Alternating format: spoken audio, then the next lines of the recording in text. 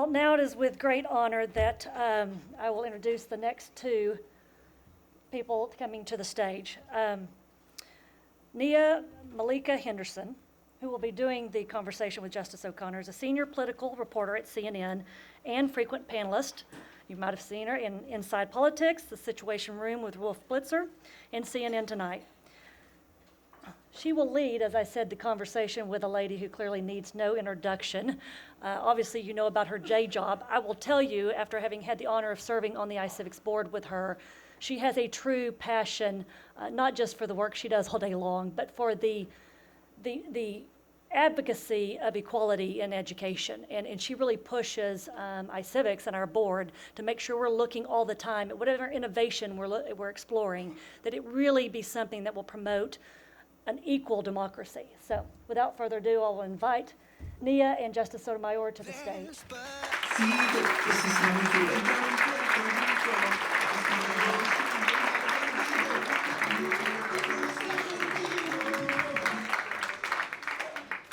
I want to talk just briefly, kind of give you a sense of what's going to happen here. We'll have a conversation for about 10 or 15 minutes. A couple of questions, and then Justice Sotomayor loves to go out into the crowd and interact with the crowd. She'll take some questions, and so that'll be fun, a little crowd surfing. But we want to start, I just want to kind of first start with the kind of big picture of the how and the why of you being here. Your participation in iCivics, you joined the board in 2015. It's an organization founded by a former Supreme Court justice and now being championed by another. Why did you want to get involved in civics education? What has it meant to you? And why is the Supreme Court and your work at the Supreme Court a good platform for talking about civics education? It's a lot of questions. It is. Let me start with how I became familiar with iCivics, and it was because of my my former colleague or current colleague, because she's still with us, Sandra Day O'Connor. I graduated from law school in 1979. And when I graduated from law school, there were no women on the Supreme Court, no women on the highest court of New York State, and I don't believe of any other state in the Union. My idea of a career was to be a working lawyer, and I had no real expectation or understanding that I could do more than just be a lawyer, until Sandra Day O'Connor was appointed to the court in 1980. And she became my hope, that I could do more in the law than I ever imagined. And she, having served in the state legislature, on state court, in the federal system, she became a voice not just for women, but for the belief that we could become an equal society, that it took hard work, that it took involvement, and that it took caring about that principle and doing something about it. And she lived her entire life doing something about it. And iCivics was a continuation of that belief by her. That's why she helped create it. And I could think of no better legacy that she's left than that one. She's done so many other things, has affected so many areas of the law in such positive ways. But the one that will live the longest is her work on the iCivics organization. And to the extent that I could continue that legacy and help it grow even more, and perhaps expand its reach, that's why I joined iCivics. One of my first initiatives with iCivics that's been fully supported by the board completely is to try to figure out a way to make the games that iCivics promotes more accessible to English as a second language students and to students with reading disabilities.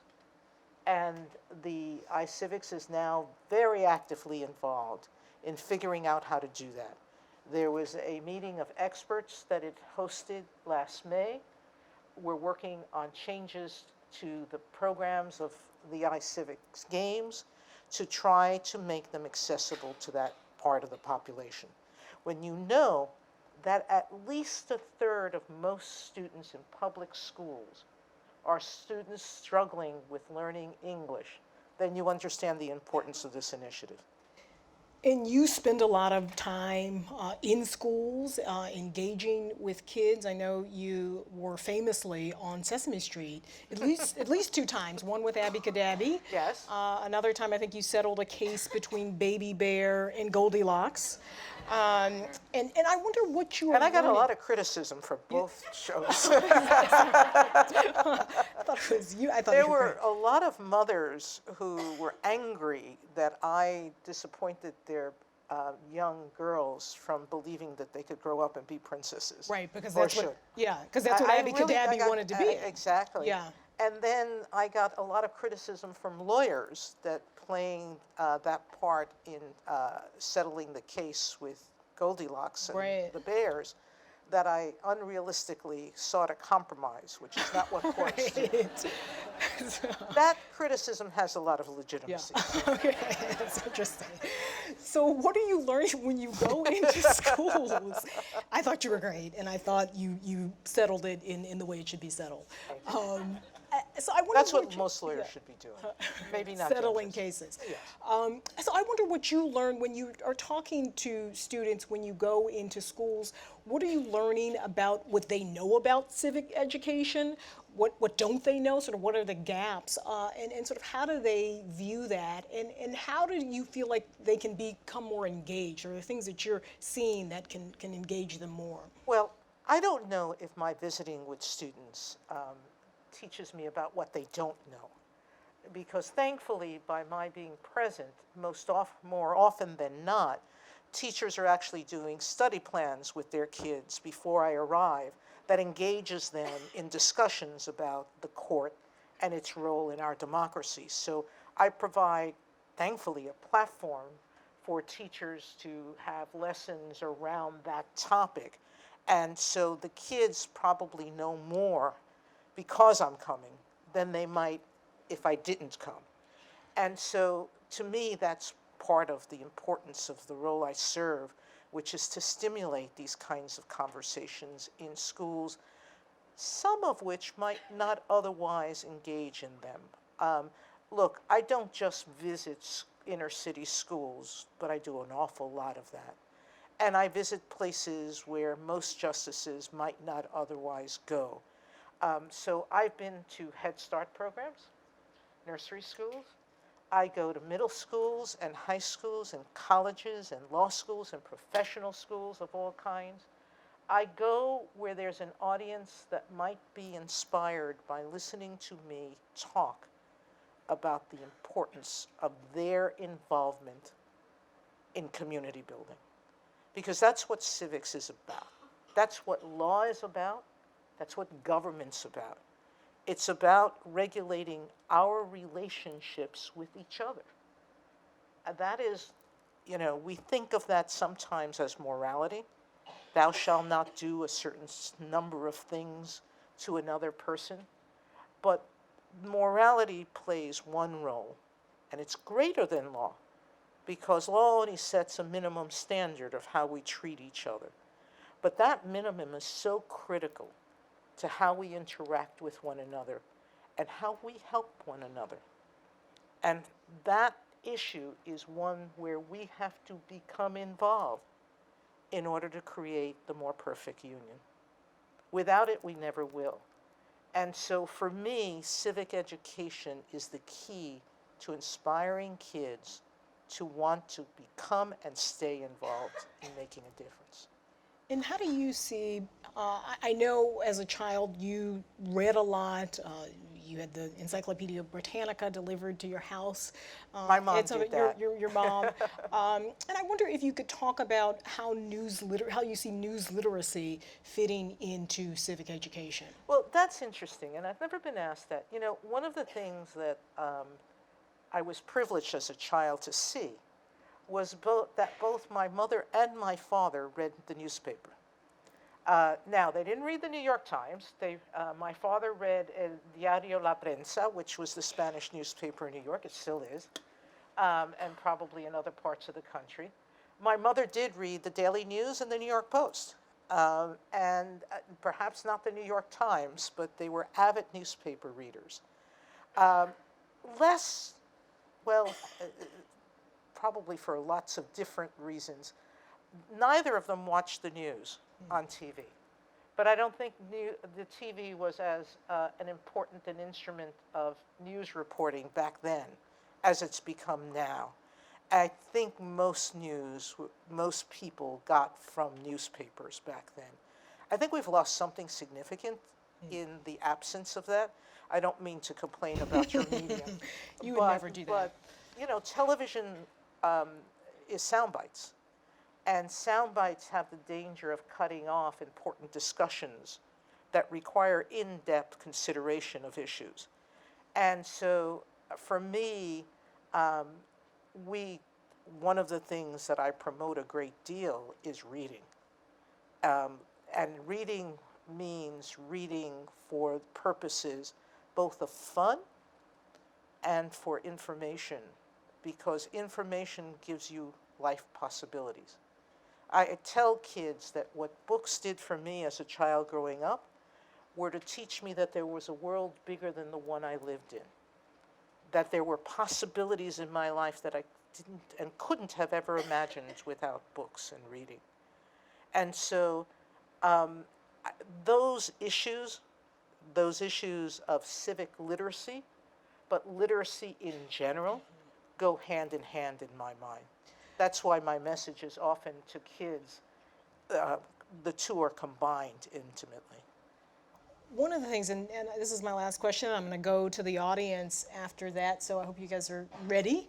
One of the things that some of the data out of this conference is showing is that increasingly people, when they disagree with someone, they also dislike them. How do you, that seems like a fundamental obstacle to the sort of things that build civic education and civic literacy, like associations. So how do you kind of combat that notion that not only do people disagree, they also are distrustful and dislike people that they disagree with? I'm often asked how on the Supreme Court we manage to maintain civility despite the fact that we are very different at moments in our rulings. And my answer always is because we start from the premise that we are people of good faith, equally committed, equally passionate about, equally dedicated to this country, our Constitution, and our system of government. I know that no matter how much I disagree with my colleagues, that we are equally in love with those principles. And we may disagree on the best way to effectuate and improve those principles and what to do to make those principles stronger. But that disagreement is not from a lack of good faith. If you can start there, if you can look at another person and understand that no matter how much you disagree with them, if you look, you will find good in them. I have friends from every political spectrum in the country. And the ones that are my friends have some fundamental values. They are good people. They are kind people. They are giving people. They care about the world. They do things in the world to improve it. I may disagree with some of their political views. I may disagree with how they're doing things. But I know that those fundamental values we share. So if I could teach every kid in the world not to look at the negative, but to look at the positive in every person they know, not only will they find themselves liking more people, but more people will like them. And that, I think, is what we forget, which is to the extent that you live by stereotypes and reject a class of people because of those stereotypes, if that's the practice that you're engaged in and the other person is doing the same, we lose out in having a world of people like us. I like Republicans when they come up to me and say, "You're not a Republican, but I still like you." Oh, that's great. So I want to go and see, I'm sure there are questions All out right. here. As you may know, some of you may know, I like walking around. Um, I have a lot of energy and I like meeting people. But my security people get upset if you get up unexpectedly. So if you just let me walk and you not get up, they'll be happier. How's that? All right. I'm going to start at this end of the room and make it that way. Are there students over here? Because I want to make sure we get students involved. Absolutely. I'm going to go, Kelly? Okay. Kelly Hernandez, I'm going to go to you for your question. Now, Kelly, where are you? She's here in the blue shirt. Oh, thank you. You can get up if they call you. That they expect. Hello, Kelly. What do you do, Kelly? I'm a student at Wilson High School. Wonderful. Thank you for being here. No problem. The last time I met you, I was in 4th grade. Oh my gosh. You forgive me for not recognizing you now, right? Yes. Okay. I'm now a graduating senior this year. Congratulations. You going on to college? Yes. Wonderful. Okay, so my question to you is, I'm also a Latina woman who hopes to one day join the political realm. What should our country do to make government more inclusive and representative of our diverse country? Well, I can talk about what government should do, but government doesn't do. People do. And it's people who make laws. It's people who change laws. It's people who make things happen. So my question is, what are you going to do to make the government more responsive? Because it won't change unless we change it. I'm doing what I can. I'm here. And I'm here talking to you, and I'm here everywhere I can to talk to people about getting involved.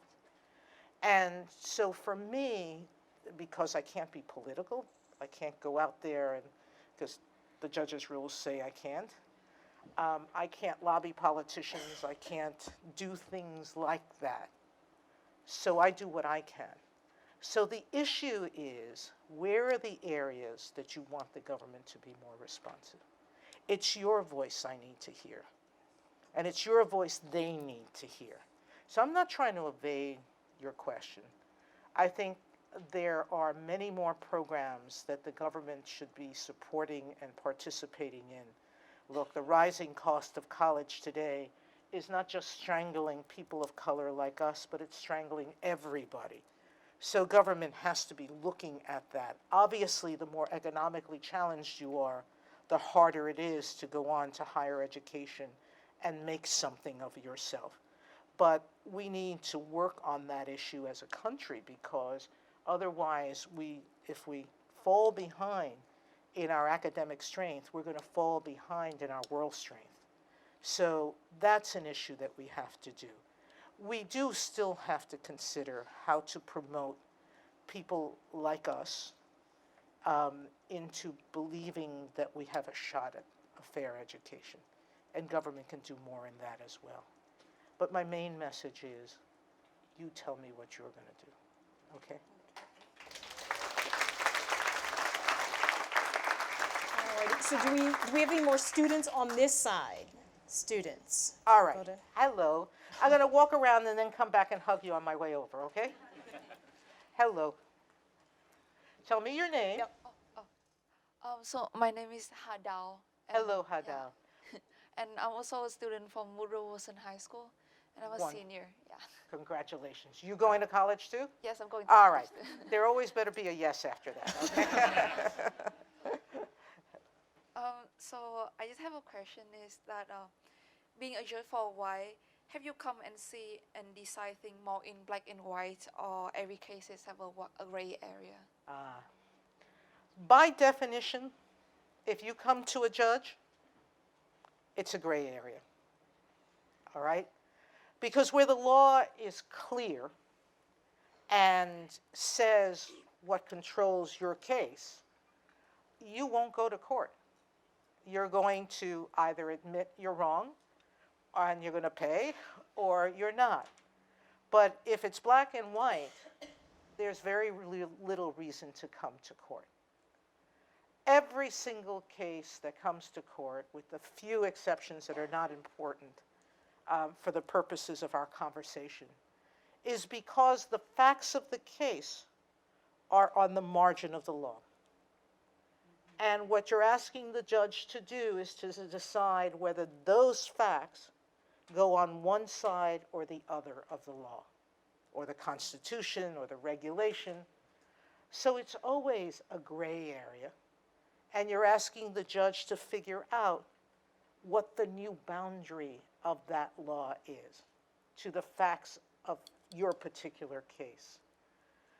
But that's life. There's very little in life that's black and white.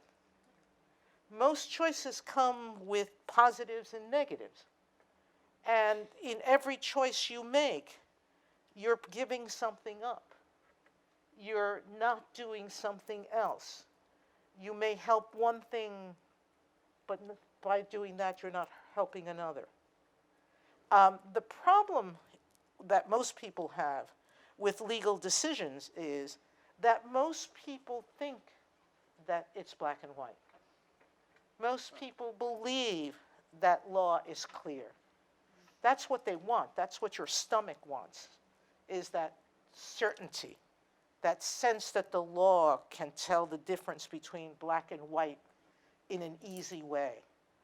But once you understand it can't, perhaps you'll be more forgiving when the court makes a decision you don't like. And that's what I beg people to do. You know, often on the news, you'll read about the court deciding an issue. Or even newscasters, sorry, will talk about it. And people will respond by saying either the judges were absolutely right or the judges were absolutely wrong. I ask in a room of lawyers how often and how many people actually read the Supreme Court decisions. So for the people who are not lawyers in this room, how many of you have ever read one of our decisions? Oh, I forget, I'm in a room full of students. All right. But most people don't. And when you do, you can read the majority opinion and you can read the dissenting opinion, and you will see that both sides have strong arguments. You might believe that one side should win for your own sets of reasons, but often there are two sides to that case. So yes, we live in gray. Although all I wear is a lot of black. Justice, we have another question over here from another student. I'm going to continue walking this way and then I'll come back. Tell me who you are. I'm Leonie. I'm also from Wilson High School and a senior. And college, right? Yes. Yeah, look. That's the right answer. I know you talked about it a little bit earlier, but during this unbiased time, what would you say to young people trying to engage meaningfully in heated topics or issues with their peers who may have very different opinions? Listen before you talk. And that's what lots of people don't do in these heated times. They jump to talking without actually listening and without trying to understand. Because you can't really come to an answer or really come to compromise anything or be willing to unless you can appreciate the other side's viewpoint. Okay? So I'm going to touch on it only broadly and not give an opinion one way or another. The issue of immigration that we're so sensitive about right now. It's a real issue. Why? Because some people feel at risk. If that is what is motivating them, whatever answer we find as a nation is going to have to deal with that too. It's going to have to address it in some meaningful way that will give people some sense of greater security than what they're feeling. And we don't know what that answer is. I don't have one. I have my personal thoughts.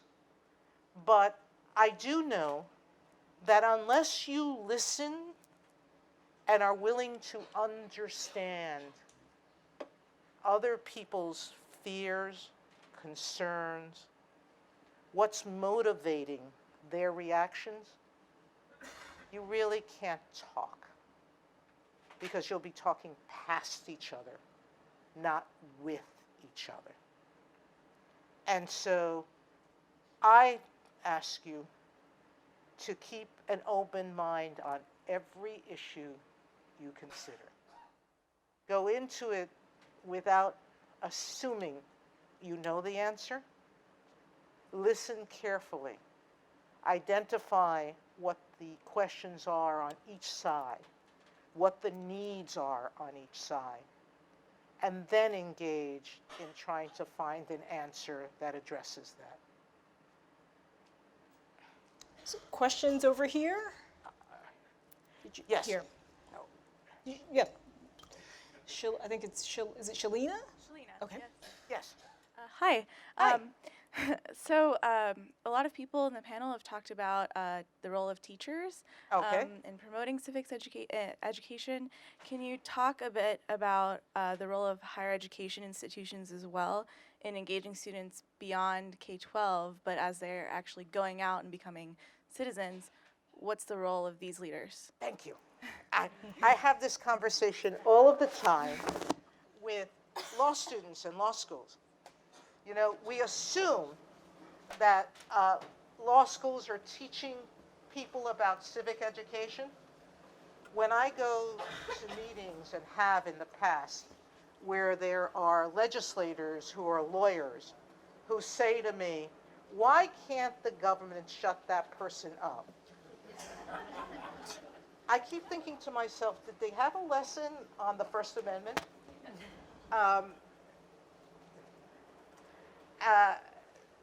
We need to do it at every level of education. I'm concentrating because you can't do everything. I tend to concentrate on civic education for middle school and high schoolers, because I think the younger that you catch a student's attention, the better able to build a lifetime habit. Sometimes in colleges and professional schools, it's harder to get people engaged if they didn't start out that way. But I do think you're right, which is we should not be ignoring this issue in every educational setting, because we can't assume that because people are in college that they actually are taking an interest in civic education or have civic knowledge. And so I think every institution is obligated to look at it not just as a subject that a student takes in school, but as an ethos that the school helps create. Schools have to be involved in promoting this as a concept of fundamental education in their schools. So I realize we haven't heard from any men.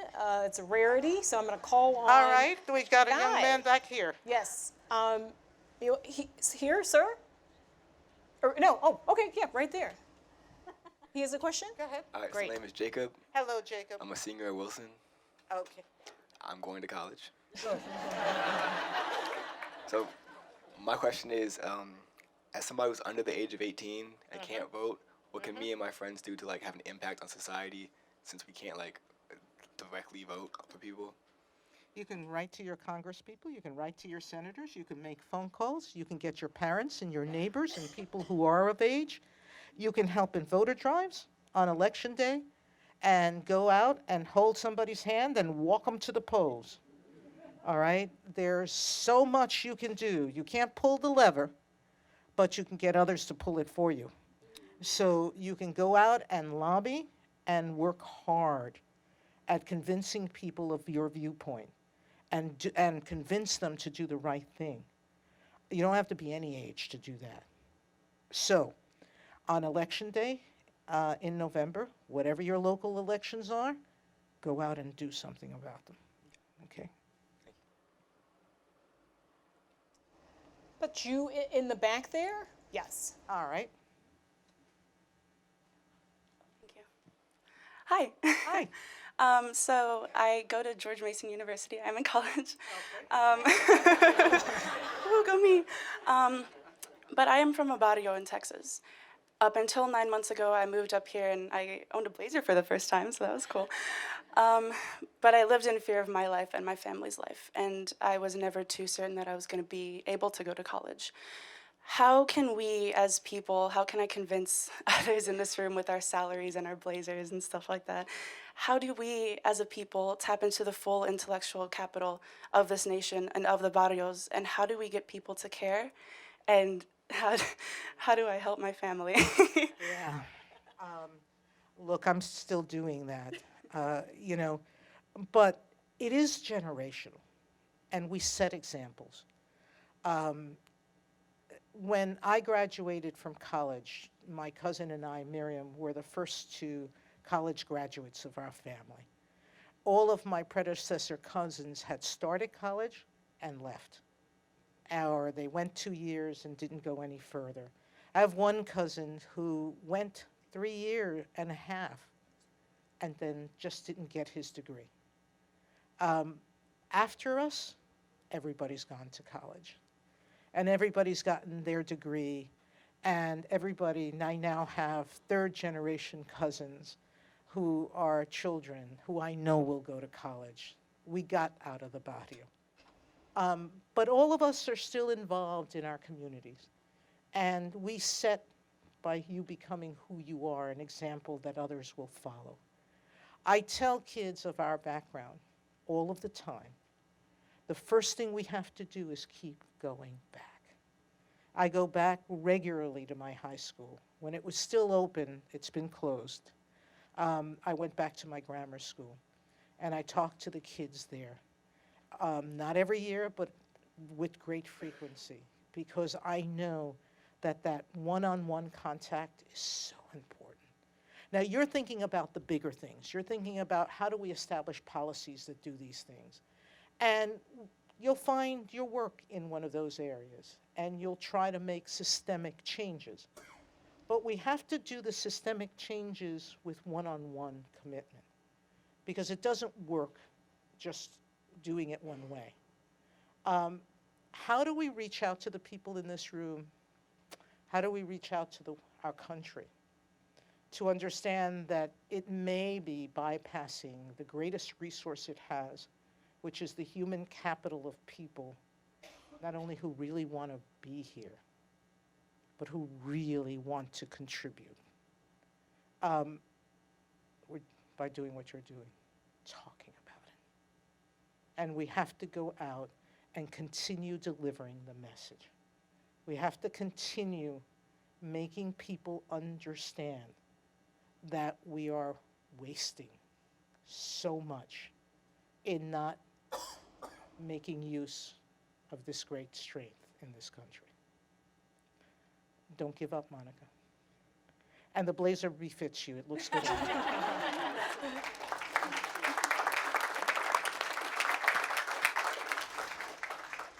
We have a question here. All right. My name is John. I'm also a senior at Wilson, and my question was, what's the best way for a student to learn about government and civics outside of school? Oh, how iCivics, the games. They're wonderful games, so you can play them. But actually, I got involved in politics not by my own choice. I was working at a hospital in the South Bronx, and the owner of it was a private hospital.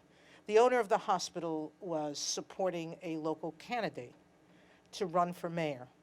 And he offered my services for the summer. So that particular summer, I worked in the office of Herman Badillo, who was the first Puerto Rican to run for elective office in New York. And that exposure that summer gave me my first taste of civics and of the importance of organization and voter drives and all of these issues that have become a part of my lexicon and my living, okay? I would really suggest that you volunteer. Volunteer for some organization, volunteer for some campaign. So, for example, there are voter drives. And in voter drives, you don't have to be one party or another. You're just out there to make sure people get out and vote. And once you start getting involved in something like that, all the people with you are going to be talking about it. They're going to be talking about civics, and they're going to be talking about what makes civics work in communities. And so that's the best way I would learn outside of school. It's the way I started, and it really had a deep impact on me. So good luck. Thank you. All righty. This gentleman here, sitting next to Shane Battier. I'm glad he's sitting.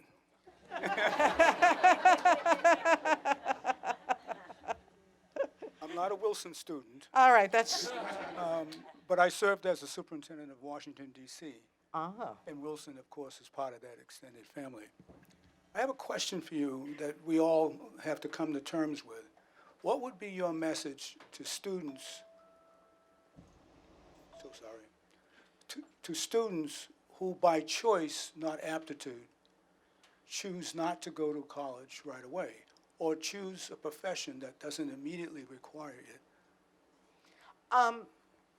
and I know people like that.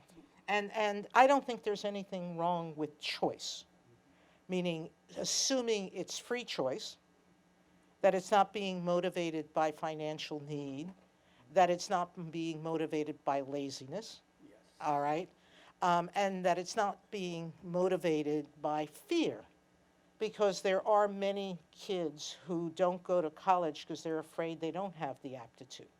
So making those assumptions, what I would say is don't give up college. There's always night school, all right? And the reason for college is not financial.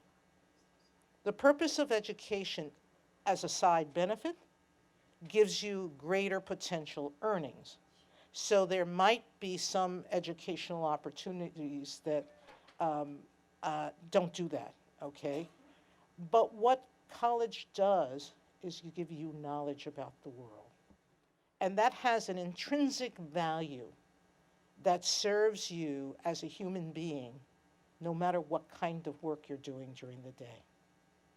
That ability to become a better person, to become a more curious human being, to have more knowledge so that you can act or choose not to act in the world, but by choice, that's the value of education.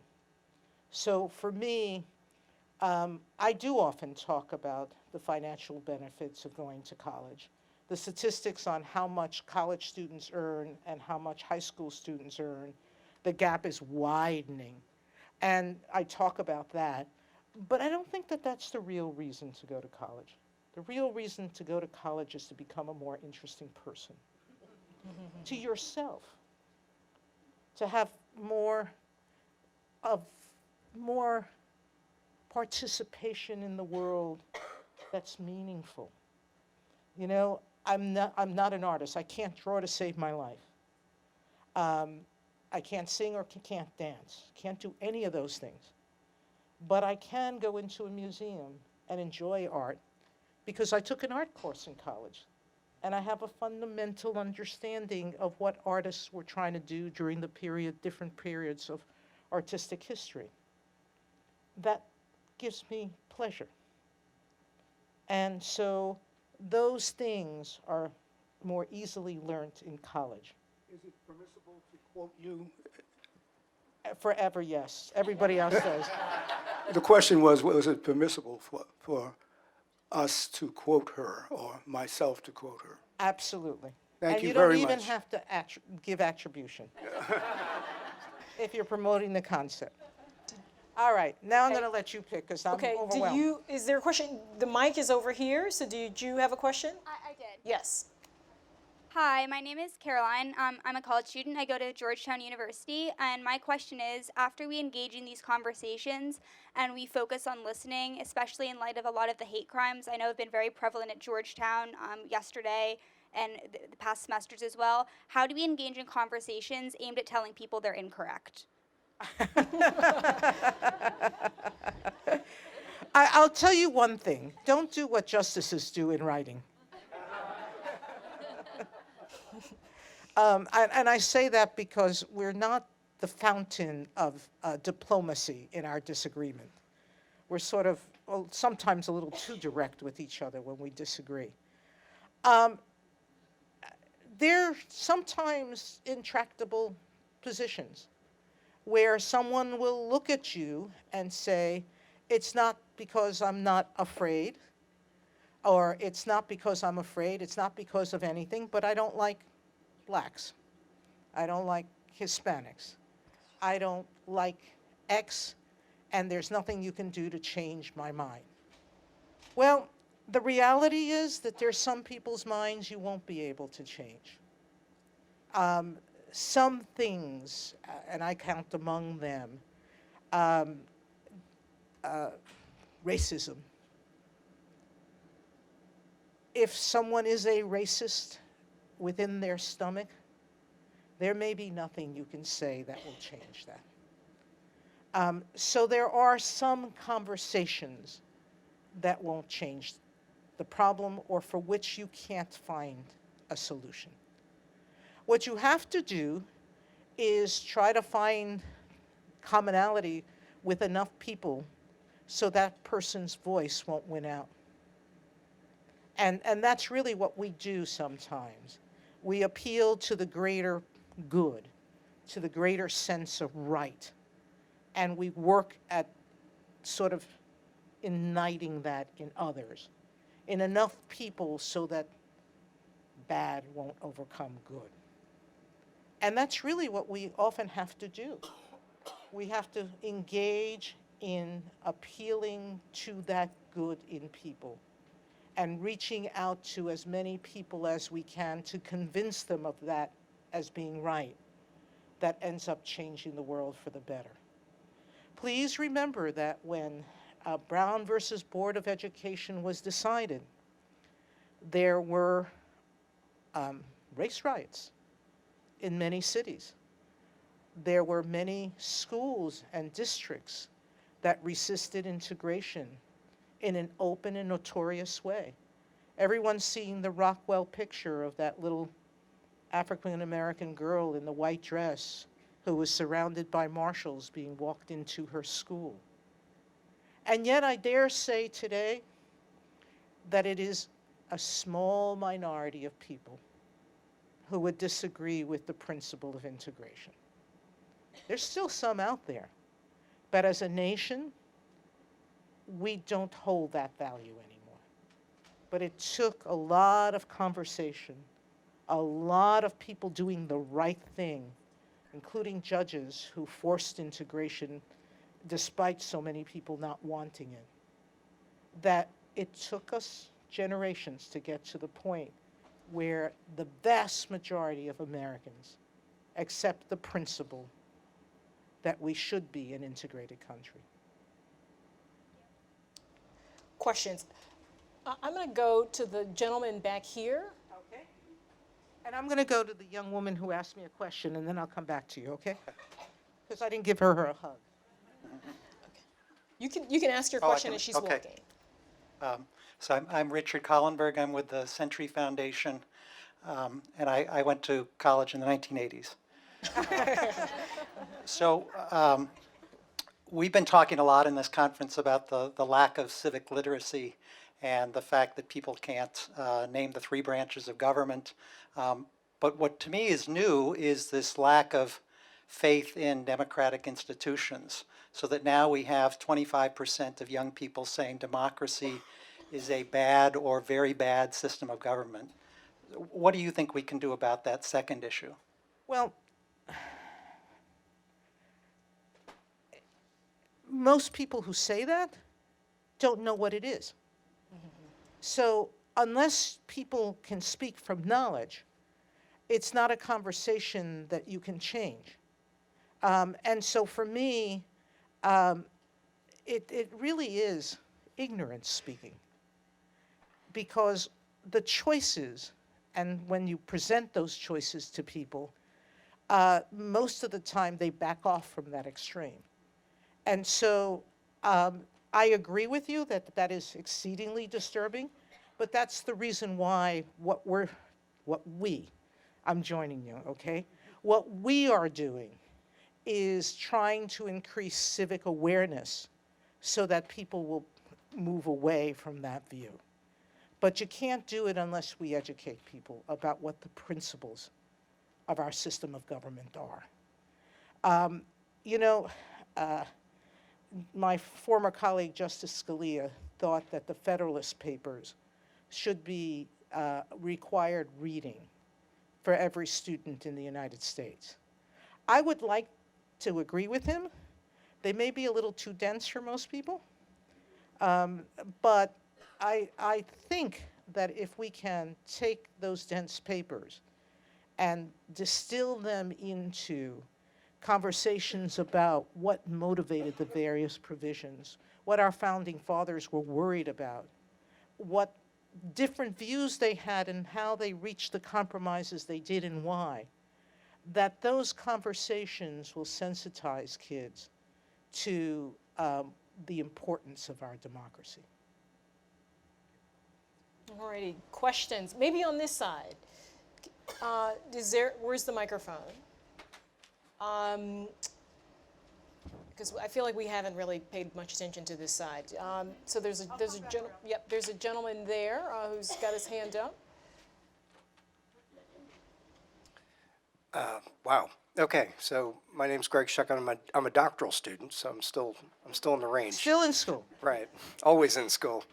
So we're here talking about civic literacy, and when you think about what C-SPAN did in terms of expanding people's eyes to how politics and policy gets formed, you know the question I'm going to ask is about the Supreme Court. And how much more we could learn by being able to watch and understand the passion beyond even reading a ruling, because it's not the same. All right.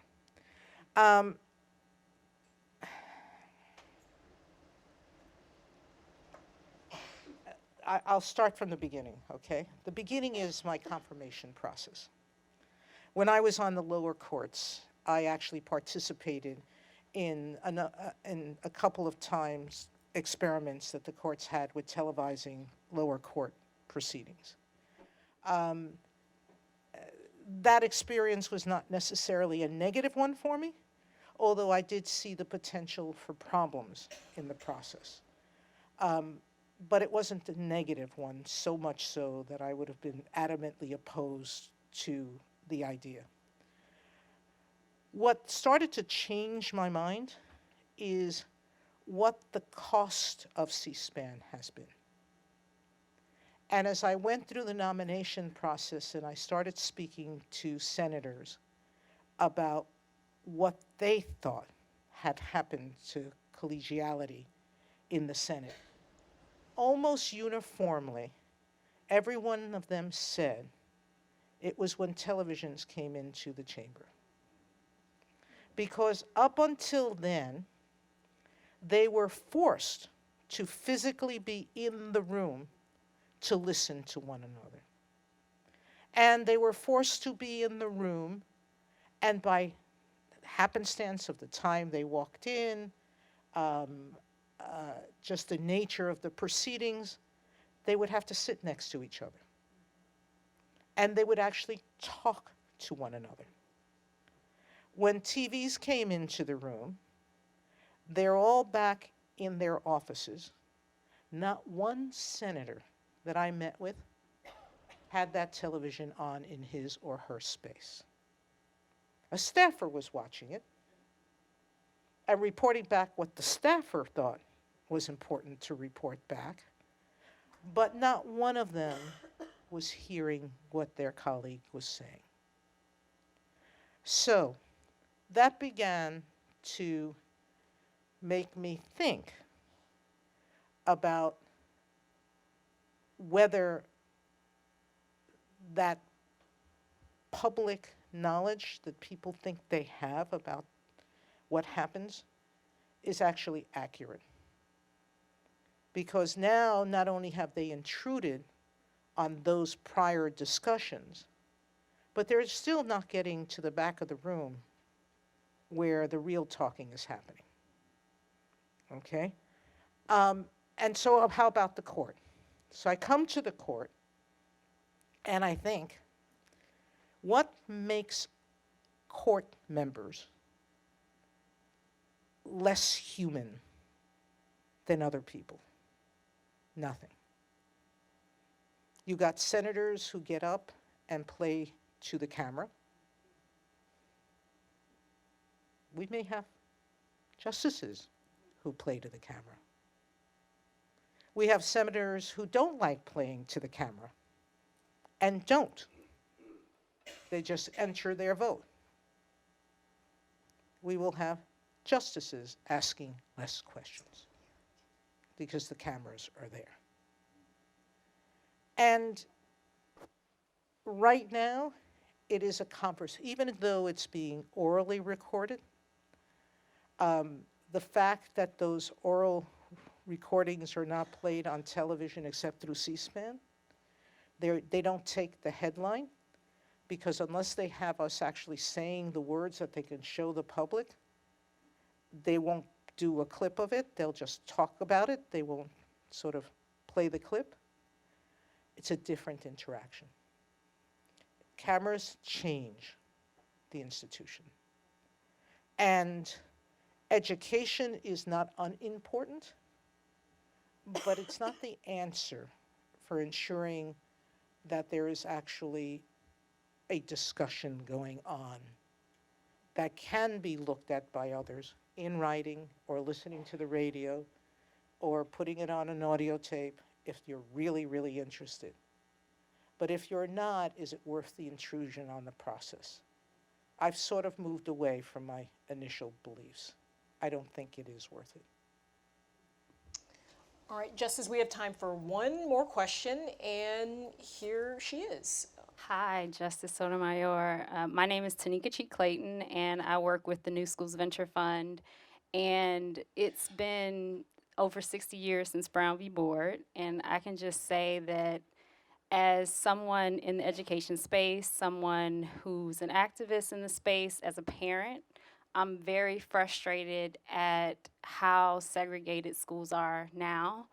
And it doesn't seem like the trend is turning. It seems like it's becoming more and more segregated. And so while I don't know that there's a legal answer to this, I'm just interested to hear your thoughts on how we should address this. Well, I don't think the answer is legal. I think the answer is economic.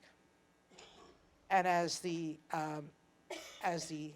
income gap continues to grow, we're going to grow more segregated. Those are the statistics. And so for me, the issue is how to address that problem. It always has been for me through education, because that's the only way we get out. But I agree with you that it's no longer a legal question. It's a societal structure question. And we have to work harder at integrating our neighborhoods more, of integrating our economics more. Until we do that, we're not going to reach integration in schools. I wish I had an easy answer for you. I don't. All righty. On that note,